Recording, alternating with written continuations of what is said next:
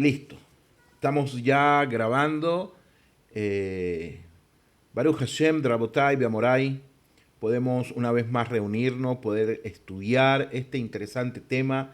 Como ven ahí en el título de fondo, ¿qué enseña el judaísmo acerca de la brujería? Y ya hemos ahondado en los shurim anteriores ciertos aspectos referente a este tópico. Como dije anteriormente, hay dos bifurcaciones en este acontecimiento o en este tipo de creencia. Una es la que nos enseña Maimónides, Rabbi Moshe ben Maimón, el Rambam, que nos dice que en Od Milvadot no hay nada fuera del creador del universo, no existe una fuerza que se le compare a Hashem Yitbaraj, que Hashem es el que hace absolutamente todo, y el solo hecho de que alguien llegase a pensar de que no es así, de que Hashem tiene una competencia o un ser o una fuerza que se equipare a la de él, pero en el lado negativo, nos dice el Rambán que eso es Abodázara. Es un principio de Abodázara. Y por otro lado tenemos también entonces lo que nos enseña Nachmanides, que es la postura mística, la postura, digámoslo así, digamos la mística como tal para no enredarnos mucho en este acontecimiento. Vimos también algunos psukim de la Torá referente a la advertencia que da Moshe Rabenu, que recibió de Hashem, Shalom a Elisheva que se está uniendo, también a Oz Sasha Ginsburg, que se une también, y hay 5 personas que están también. Para todos ellos, un fuerte abrazo, gracias por estar en este show. Entonces les decía Rabotai y Amorai que vimos en unos psukim de la Torá que Hashem le transmite a Moshe para que nos diga a nosotros también que la brujería como tal, no solamente la brujería, sino el consultar a divinos, la hechicería, etcétera, etcétera, etcétera, es asur para nosotros por un mandato específico de la Torá. Y también nos dice ahí el Talmud que no debemos imitar el Darkei Haemori, los caminos del amorreo.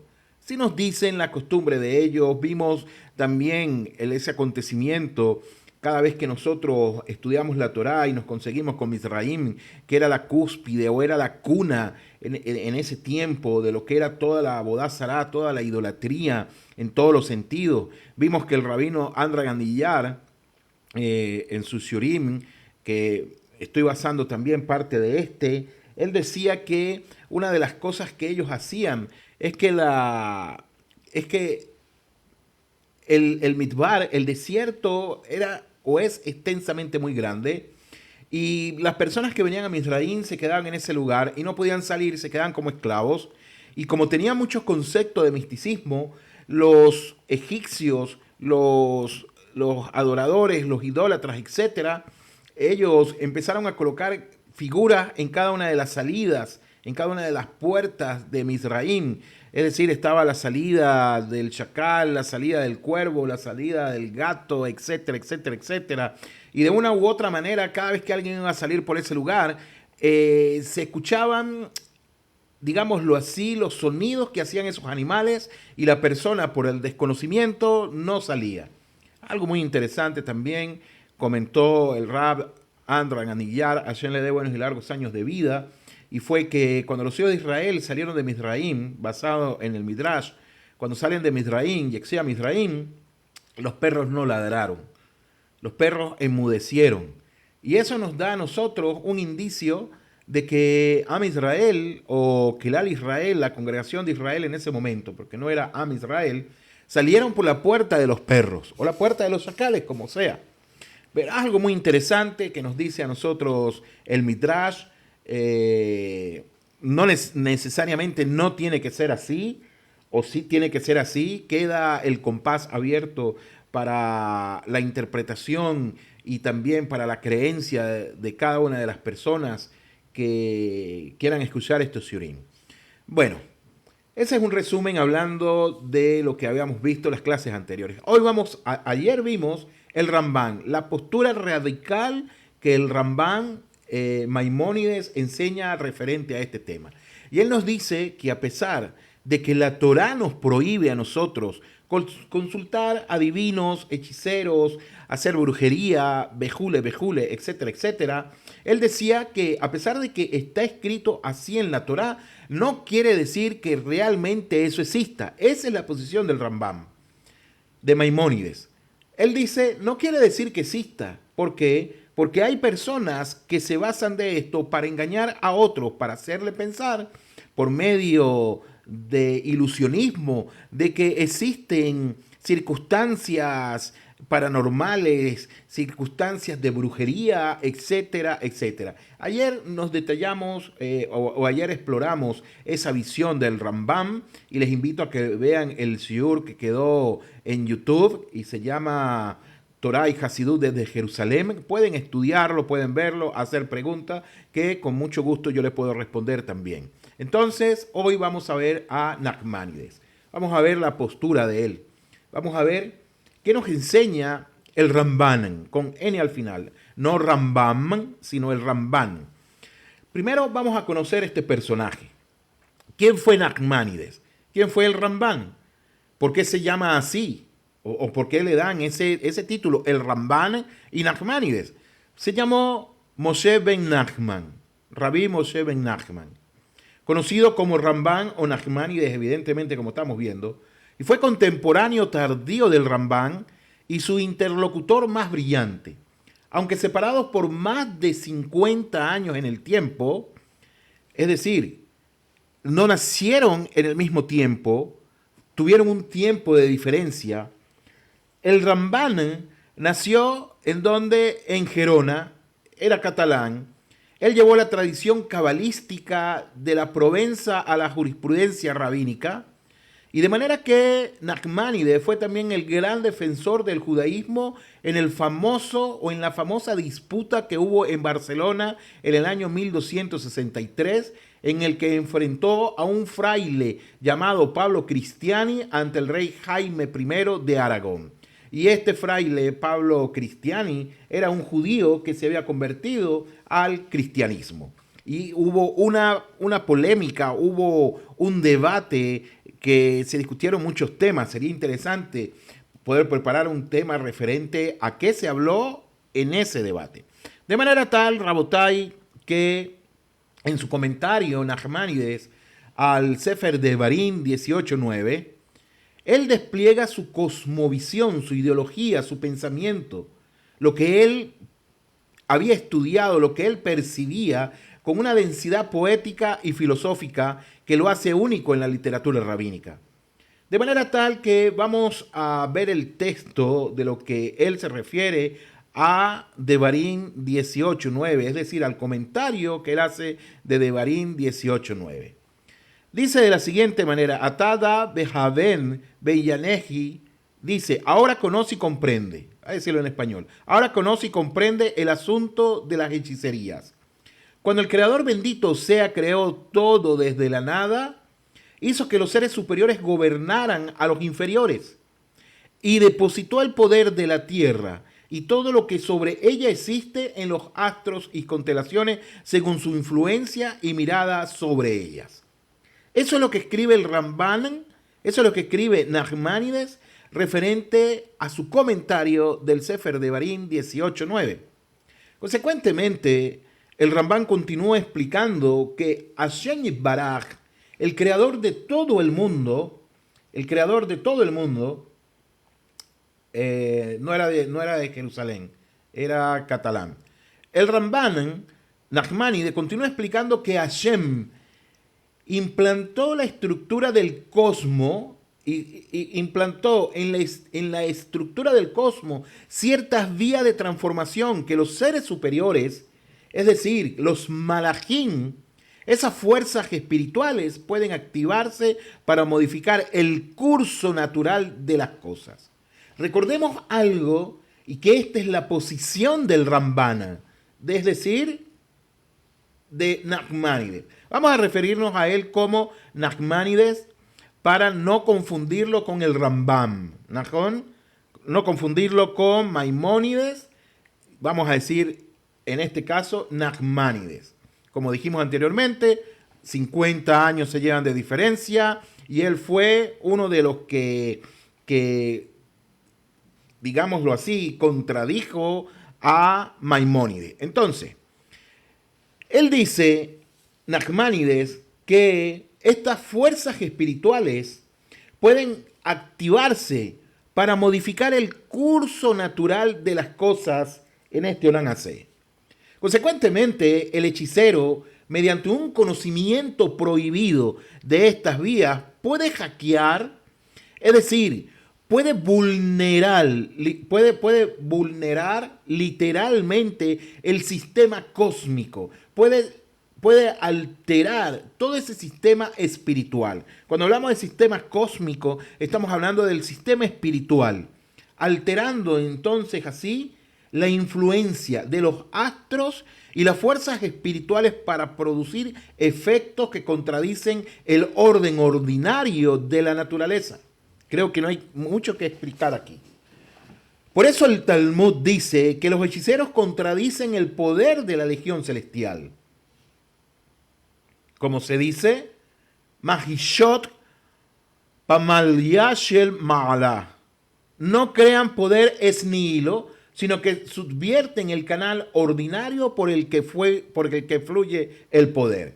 Una vez más, el Talmud nos dice a nosotros que estos hechiceros, que estas personas que son brujas, contradicen el poder de la legión celestial. Ellos no crean poder es nihilo. ¿Qué es poder es nihilo? Ellos no crean un poder de la nada. No tienen esa fuerza para hacerlo, sino que subvierten, es decir, cambian el canal ordinario por el que fluye el poder de la divinidad. Es decir, hackean absolutamente todo lo que es la Kedushá, hackean todo lo que es ese mundo supraterrenal, ese mundo espiritual, lo hackean y lo pervierten y cambian lo que es la esencia de él. Esa es la posición de Nachmanides. Siendo así, entonces, desde la perspectiva que estamos estudiando, la prohibición de la Torá tiene un fundamento distinto a lo que da Maimónides. No protege de una estupidez, porque es kishuf, porque es real. Kishuf es como idolatría, kishuf es como inventar una nueva religión, algo así. Es algo real, dice Nachmanides. No es como dice Maimónides. Maimónides dice, es porque hay engaño, y si las personas van donde estos personajes son engañados, pero eso no quiere decir que exista la brujería como tal. La brujería no tiene ningún tipo de fuerza, es lo que dice Maimónides. Pero Nachmanides dice, no, sí existe. ¿Por qué? Porque es kishuf, porque es real. Es kishuf, es real. Kishuf es algo que es real como tal. Consecuentemente, él sigue explicando, Nachmanides, que él dice, protege, el Rambam dice, no consultar esto, ¿por qué? Porque te protege de una estupidez, así dice el Rambam, y Nachmanides dice que existe, que es real, viene de una abominación espiritual que aleja a Israel de la confianza directa de Hashem y lo adentra en pactos con fuerza que aunque creadas por Elohim, aunque estas fuerzas fueron creadas por Hashem y Paraj, han sido puestas bajo el dominio de las naciones y no del pueblo elegido, y no del pueblo de Israel. Israel fue elevado en el Sinaí por encima de la influencia de los astros y de las fuerzas espirituales intermedias. Consecuentemente, recurrir a ella es una renuncia a esa elevación que Hashem nos dio a nosotros en el Har Sinai. Y ya voy a explicar esto. Vamos a leer un momento aquí los comentarios. Son posturas opuestas de cierta manera, pero de igual forma las rechazan. ¿Qué? Sí, estamos ahí. Baruch Hashem, estamos ahí. Así es. Fíjense algo, Rabotay. Hay algo muy interesante aquí.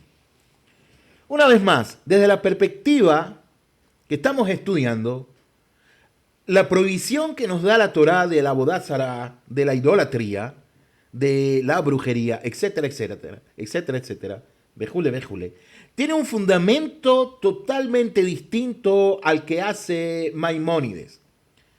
Consecuentemente, Nachmanides sigue mencionando a Maimónides y dice que no protege de la estupidez como enseña el Rambán, como enseña Maimónides. ¿Por qué? Porque dice Nachmanides que es Kishuf, que es real. Y parte de una abominación espiritual, es decir, de una transformación de la Kedushá a algo que es totalmente tamé, que es de impureza, que aleja a Israel, que aleja a los hijos de Israel, y por supuesto, evidentemente, a los noágidas, que también tienen esa prohibición, y han sido, ahí es única y exclusivamente de Israel, quienes hemos sido puestos, estas fuerzas han sido puestas bajo el dominio de las naciones y no del pueblo elegido. Consecuentemente, para evitar esto, Israel fue elevado en el Sinaí, es decir, en Matán Torah, por encima de la influencia astrológicas y de las fuerzas espirituales intermedias. Recurrir a ellas es una renuncia a esa elevación. Algo interesante que es lo que quiero decirle. Hay un episodio en la Torah en el que está Abraham Avinu y tiene un encuentro con Hashem Yisbaraj, y Hashem le dice: sal de tu campamento, sal de tu casita, ven y mira las estrellas de los cielos. Hasta ahí, la pregunta: ¿por qué le dice a Hashem, mira las estrellas de los cielos? Hay muchísimas interpretaciones referente a esto. Y voy a decir una de ellas. Una es que cuando le dice, mira las estrellas de los cielos, a Kadosh Baruj Hu le dijo: el masal que hay sobre ti, el masal que hay sobre toda tu descendencia, estará por encima de los astros. Es decir, los astros no tienen influencia sobre ustedes. ¿Por qué no? ¿Y por qué sí? Porque nos enseña el Midrash que Abraham Avinu veía los astros y consultaba a los astros. No hacía hechicería ni nada de eso, en ningún sentido. Sino que él veía en los astros que su masal, ¿cómo traducimos la palabra masal? Que su providencia, estaba marcada por los astros, es decir, su suerte, sí, pero no es suerte. No es suerte como masal, no es suerte en hebreo. Un poquito difícil traducir esa palabra. No es suerte como tal. Su destino, masal, sí, su destino. Es más allegada. Suerte es como, viene de de echar suerte, ¿najón? Pero masal es otra cosa, es como su destino. Entonces, él veía en las estrellas de los cielos que su destino era no tener hijos. Y Hashem, cuando le dice, ven y sal afuera y mira las estrellas de los cielos, le está diciendo, no veas que en el cielo el masal que hay sobre ti depende de las estrellas, de los kohabim, no depende de ella. Tú vas a estar por encima de ella. Tu masal depende absolutamente de mí. Increíble. Y entonces, en esto, Israel, cuando recibe la Torá en el Sinaí, él pasa por encima de la influencia astrológica, de esa promesa que Hashem Yisbaraj le dio a Abraham Avinu, y de las fuerzas espirituales intermedias. Trascendió a todo eso. Así dice Nachmanides. Consecuentemente, recurrir a ellas es una renuncia a esa elevación. Su destino es algo más lógico. Eso. ¡Wow! ¡Qué increíble, ¿sí o no, Rabotai? Increíble. Esa es la posición de Nachmanides, que nos habla referente a eso. Dice, si existe un plano espiritual, en la Torá se nos muestra a nosotros ese plano espiritual. El Rambán dice, Maimónides dice, no existe existe ciertamente acontecimientos espirituales, pero todo proviene de Hashem Yitbaraj. Y aquí Nachmanides está diciendo, sí, ciertamente todo viene de Hashem, pero esa fuerza espiritual ha sido hackeada, ha ido a las naciones de la tierra, se fue a las naciones de la tierra. Wow. Y Rabbi Nachman, mi Breslev, que es la Hasidut que sigo con mucho cariño, Rabbi Nachman en Likutei Moharan habla de ciertos puntos en Likutei Moharan en el capítulo número 1, capítulo 1, Psukim 1, Rabbi Nachman abre el Likutei Moharan, se abre el Likutei Moharan y dice el gen, la gracia ha caído de Am Israel y ha sido traspasada a las otras naciones. La gracia de Am Israel. Y dice Rabbi Nachman, por eso cuando Klal Israel reza, cuando Klal Israel clama a Boregolam, no hay respuesta, porque la gracia ha sido quitada de Am Israel. Un concepto mucho más profundo que hace referencia a la fuerza de Klal Israel de poder estudiar la Torá, etcétera, etcétera. Y es un tema muy interesante también, pero no quiero hablar de eso hoy porque es profundizar mucho más.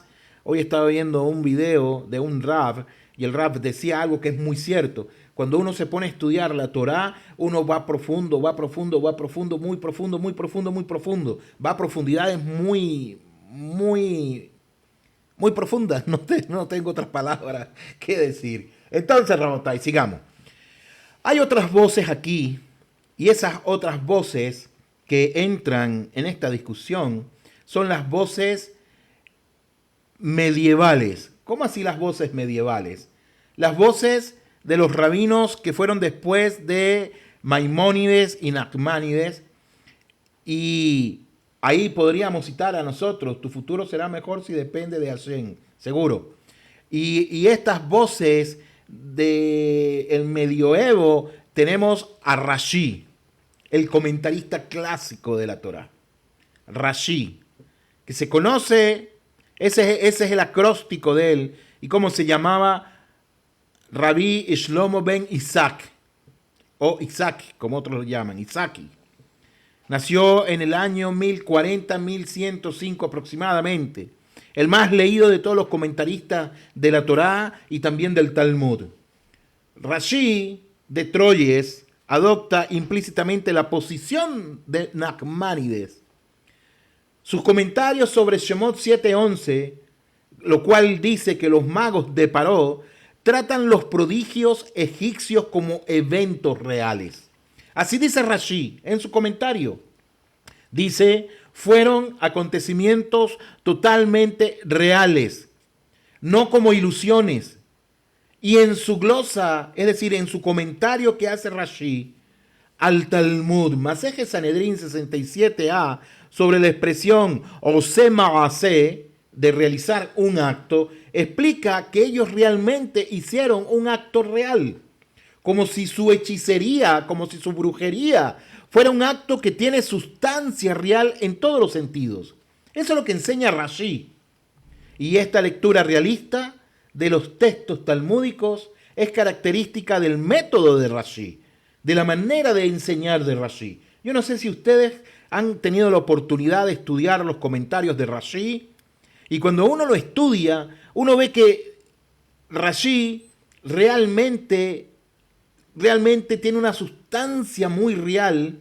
Él realmente es realista en todos los sentidos cuando aborda un tema. Por ejemplo, él va a hablar de una frase y te dice lo que esa frase decía, por dar un ejemplo, lo que decía en el francés antiguo, etcétera, etcétera, y busca para interconectar muchas palabras para poder nosotros tener una comprensión clara de lo que se está refiriendo aquí. Y esto fue lo que pasa, o esto es lo que pasó, es lo que Rashi está en la posición de Nachmanides. Dice, es un acto, fue un maaseh o un ose maaseh, un acto realista, un acto que se llevó a cabo, que fue totalmente verídico, como si su hechicería fuera un acto que tiene sustancia real.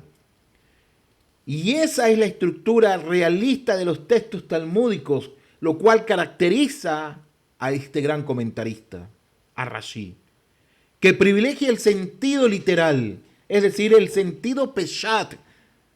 Si ustedes recuerdan, hay varios niveles de estudiar la Torá, que su acróstico es Pardes, son 4, y el peshat es el primero, es el más sencillo.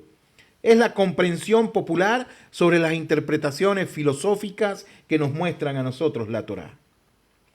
Tenemos por segundo, entonces también viene y sale a la palestra a enseñar, a discutir, a meterse en estos comentarios Ibn Ezra. Ibn Ezra fue Rabí Abraham ben Meir Ibn Ezra, que fue astrónomo, gramático, exegeta y poeta. Ibn Ezra es una de las figuras más fascinantes del judaísmo medieval. Nacido en Tudela y viajero incansable por toda Europa, fue él mismo un astrólogo. Él fue astrólogo reconocido, autor de tratados científicos sobre astronomía y astrología, y su posición sobre la hechicería es matizada y en cierto modo mediadora en su comentario a el Sefer Baikra 19:31, de lo cual en su glosa él escribe, en su comentario, él escribe con su acostumbrada ironía de la siguiente manera. Miren lo que dice él. Los vacuos de cerebros dicen, si los espíritus y los encantamientos no fueran verdad, la escritura no los hubiera prohibido. Pero yo digo lo contrario. La escritura no habría prohibido la verdad. Así escribe Ibn Ezra. Interesante tipo de pensamiento. Una persona que fue filósofo, una persona que fue astrólogo, una persona que estudió la astronomía, increíble, fue gramático, exegeta, poeta. Y miren cómo se expresa. Los vacuos de cerebros dicen, si los espíritus y los encantamientos no fueran verdad, la escritura no los hubiera prohibido. Pero yo digo lo contrario. La escritura no habría prohibido la verdad. Ibn Ezra aquí distingue rigurosamente, o él hace rigurosamente, distingue rigurosamente entre el estudio científico de la astrología, que considera una ciencia legítima y hasta valiosa para comprender la creación divina. Y aquí hago una pausa un momento, porque no todo lo que nosotros pensamos como judíos lo pensamos hay gente que piensa que nosotros pensamos que todo es emuná, todo es fe. Ciertamente es emuná, pero nosotros somos racionales también. Somos 100% racionales. Y aquí está la muestra. Ibn Ezra distingue rigurosamente entre el estudio científico de la astrología, que considera una ciencia legítima y valiosa para comprender la creación divina, es decir, para estudiar también la Torá, y la consulta práctica de los astros para guiar la conducta personal, que prohíbe absolutamente para los judíos. Y esta distinción entre iyum, es decir, entre estudio intelectual, y maaseh, y práctica activa, se convierte en un instrumento conceptual fundamental para todos los ajaronim, para todos los sabios posteriores que luego van a indagar en estos temas también. Interesante, es decir, que se mezcla la ciencia con este acontecimiento caviajol paranormal, de brujería, de hechicería. Es interesante este tema, Rabotai. Quizás ustedes pensaron que el tema que dice ¿qué enseña el judaísmo acerca de la brujería? Íbamos a hablar de cuestiones, no sé, maquiavélicas y espíritus volando y diablos tirando zarpazos y cuestiones y tal. Nada de eso. Este estudio es muy conceptual, este estudio es muy detallado referente a lo que nosotros pensamos, qué enseñaron nuestros jamín referente a esto, a la brujería. Otro que sale a la palestra a enseñarnos, otro que no se queda atrás tampoco, es el Rashba, Rabbi Shlomo ben Aderet, conocido como el Gaón de Vilna. La posición del Rashba, uno de los más grandes alajistas, llamémoslo así, uno de los más grandes en la alajá de la España medieval, es particularmente significativa esto porque expresa una crítica directa al racionalismo extremo del Rambán y en su célebre comentario que se conoce como Shelot Uteshuvot HaRashba, en la parte 1, en la sección 413, escribe lo siguiente. El Gaón de Vilna escribe: todos los que vinieron después del Rambán discreparon, pues en el Talmud hay muchos encantamientos. Ojo, no que el Talmud haga encantamientos. Ojo con esto. Sino que habla de circunstancias de encantamientos. ¿Najón? Seguimos. Pero él fue traído por la filosofía. ¿A quién se está refiriendo? Al Rambán, a Maimónides. Y por eso escribió que la hechicería, los nombres santos de Hashem Yitbaraj, los encantamientos, los demonios y los amuletos son todos falsos. Pero ya le han dado de comer de su propio menú. Pues hemos visto muchos incidentes en la Guemará que usan nombres santos y hechicería. De manera que la filosofía lo influenció por la magnitud de sus enseñanzas e interpretar la Guemará como alegoría y sacarla de su sentido literal. Todo está según su sentido literal, pero tiene una dimensión exterior, no la dimensión interior de la filosofía, que es verdaderamente exterior, sino la de los maestros de la verdad. Así escribe ¿quién? El Gaón de Vilna. Un pensamiento profundo en su Shelot Uteshuvot, en la parte 1, sección 413. Shelot Uteshuvot es preguntas y respuestas. Y eso es lo que él está dando la respuesta a lo que dice el Rambán, a lo que dice Maimónides. Esta crítica del Rashba fue adoptada y amplificada. Perdón, el Rashba no fue el Gaón de Vilna, perdón. Me equivoqué yo aquí. Esta crítica del Rashba fue adoptada y amplificada por el Gaón de Vilna, Rabbi Eliyahu de Vilna, el gigante del judaísmo lituano, que rechazó con particular energía el enfoque racionalista del Rambán en materia de demonología y magia. ¡Wow! Miren ustedes la balanza, ¿cómo está? Unos opinan sí existe, otros opinan no existe, meten mucho raciocinio, no existe, otros dicen sí existe por estas evidencias, el otro no existe por esta evidencia, etcétera, etcétera. Al final, como les dije, nosotros sacaremos nuestras propias conclusiones también. Entonces, Rabotai, nos conseguimos ahora con el Gaón de Vilna, Rabbi Eliyahu de Vilna, que él es uno de los gigantes del judaísmo lituano, ciertamente, que rechaza particularmente la energía y el enfoque racionalista del Rambán en materia de demonología y magia.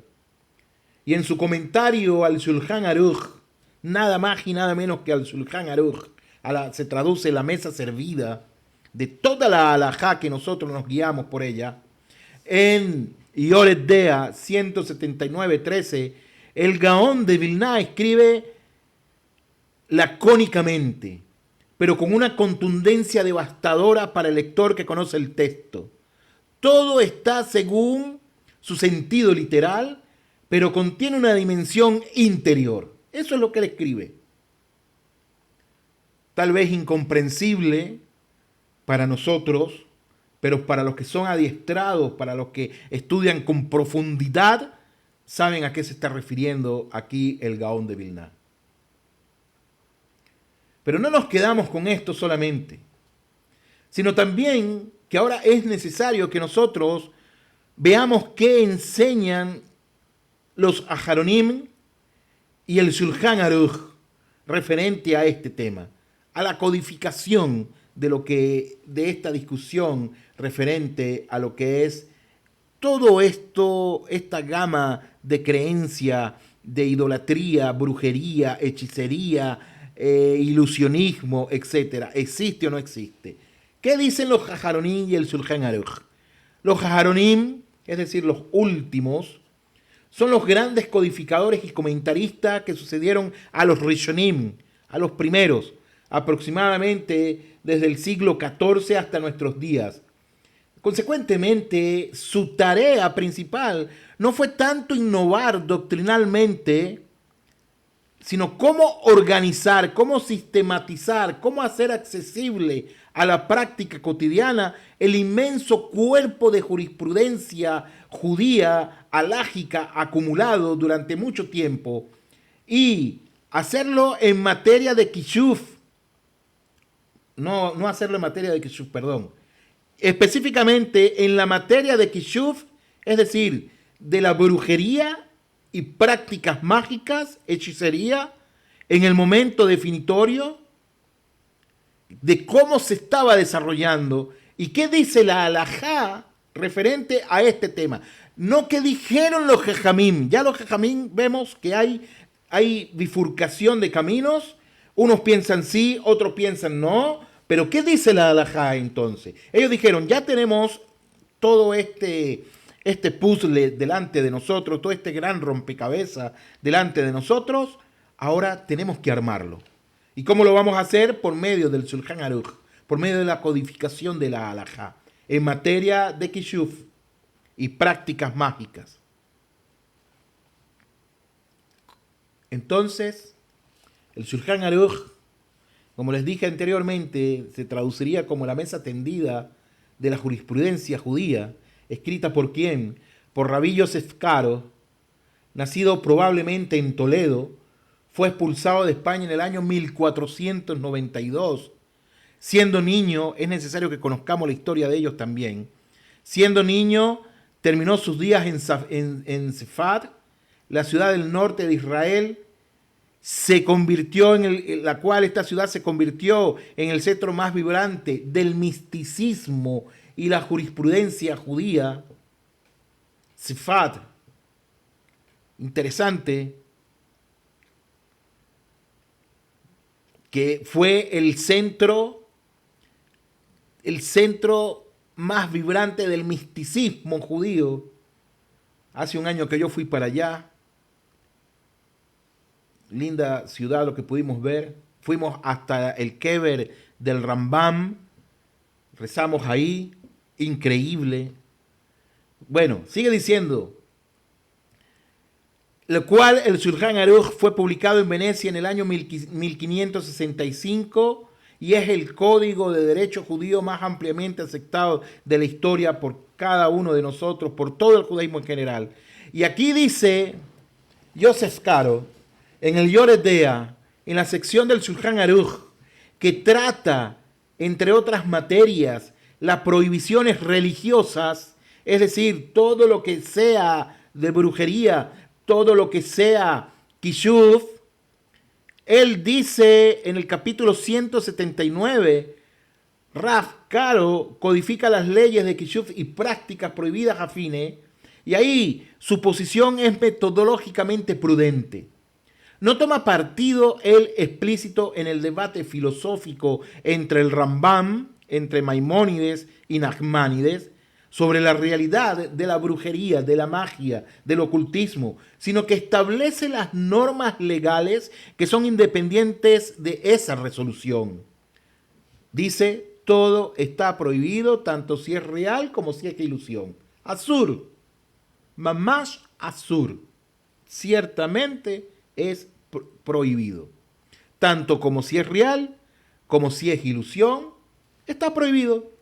Shulchan Aruch, Yored Dea 179.1, en síntesis, dice, el hechicero que realiza un acto real es ejecutado.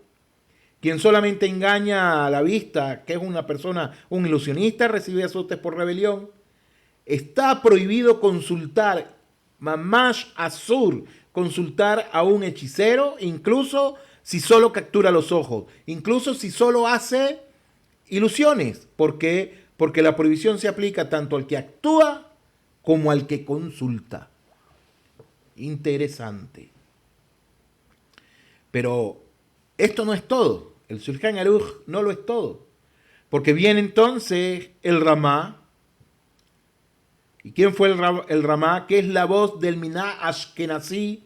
Vimos la voz sefardí por medio de Rabí Yosef Karo. Ahora viene la voz de los Ashkenazim, el Minaj, la costumbre Ashkenazim del Ramá, Rabí Moshe Sessler, conocido por su acrónimo, como dije anteriormente, el Ramá, y fue un gran jurista de Cracovia que añadió al Shulchan Aruch glosas que incorporan las tradiciones y costumbres ashkenazíes.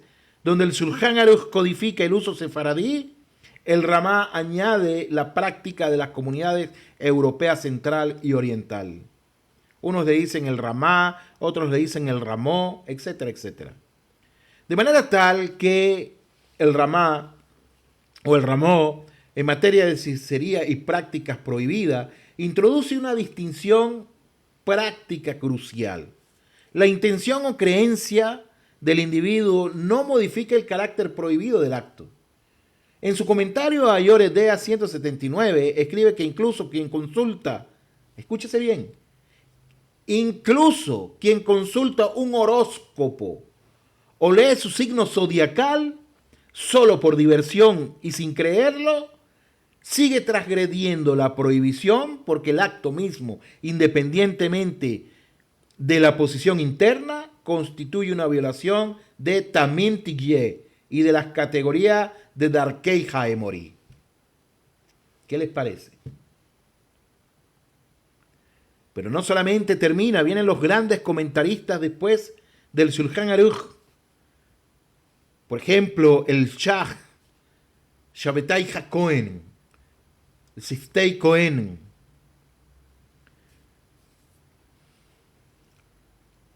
En su comentario al Shulchan Aruch, Yoredea 179, el Shach introduce una distinción importante entre Kishuf, es decir, entre hechicería real o percibida como tal, y Lahash, encantamiento o susurro. Shalom Enma. El Lahash es el uso de fórmulas verbales, combinaciones de Pesukim de la Torá, combinaciones de Pesukim de Teilim, etcétera, etcétera, o palabras de contenido sagrado, puede estar permitido si cumple condiciones estrictas. ¡Wow! ¡Wow! Increíble lo que dice el Shach. Dice, puede estar permitido. Una vez más, en su comentario al Shulchan Aruch, Yoredea 179, el Shach introduce una distinción importante entre Kishuf, hechicería, que es real, o percibida como tal, y Lahash, encantamiento, susurro, encantamiento o susurro.